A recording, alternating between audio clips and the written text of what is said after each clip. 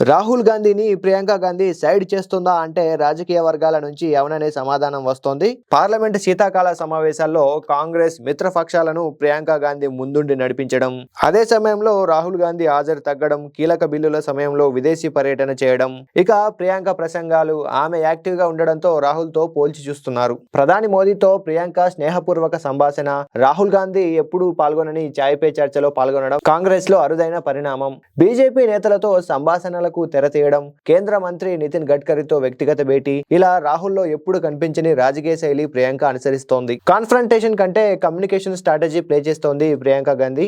అంతేకాదు రాహుల్ ప్రియాంక మధ్య అంతర్గత పోరు ఉందని బీజేపీ నేత రవనీత్ బిట్టు ఆరోపణలు చేయడం, రాహుల్ ని కలవడం కష్టమన్న ఆరోపణలు, నాయకత్వంపై అసంతృప్తి, ఈ పరిణామాల మధ్య ప్రియాంక గాంధీ రాజకీయ ప్రాధాన్యం వేగంగా పెరుగుతోంది. దీంతో కాంగ్రెస్ లో రాహుల్ ను ప్రియాంక సైడు చేస్తోందన్న చర్చ బలపడుతోంది. బీహార్ ఎన్నికల ఫలితాలతో ఇండియా బ్లాక్ బలహీనత బయటపడడం కూడా ఓ కారణంగా చెప్పవచ్చు. అంతేకాదు ప్రియాంక గాంధీ తన నానమ్మ అయిన ఇందిరాగాంధీ పోలికలతో ఉండడం, ఈ పరిణామాల నేపథ్యంలో కాంగ్రెస్ లో కొత్త పవర్ సెంటర్ రూపుదిద్దుకుంటుందన్న భావన కలిగిస్తోంది. మరి నిజంగానే కాంగ్రెస్ లో నాయకత్వ కేంద్రం మెల్లగా రాహుల్ నుంచి ప్రియాంక వైపు షిఫ్ట్ అవుతోందా? ఇది వ్యూహాత్మక మార్పా లేక అంతర్గత అసంతృప్తి ఫలితమా? రాబోయే రోజుల్లో స్పష్టత రానుంది.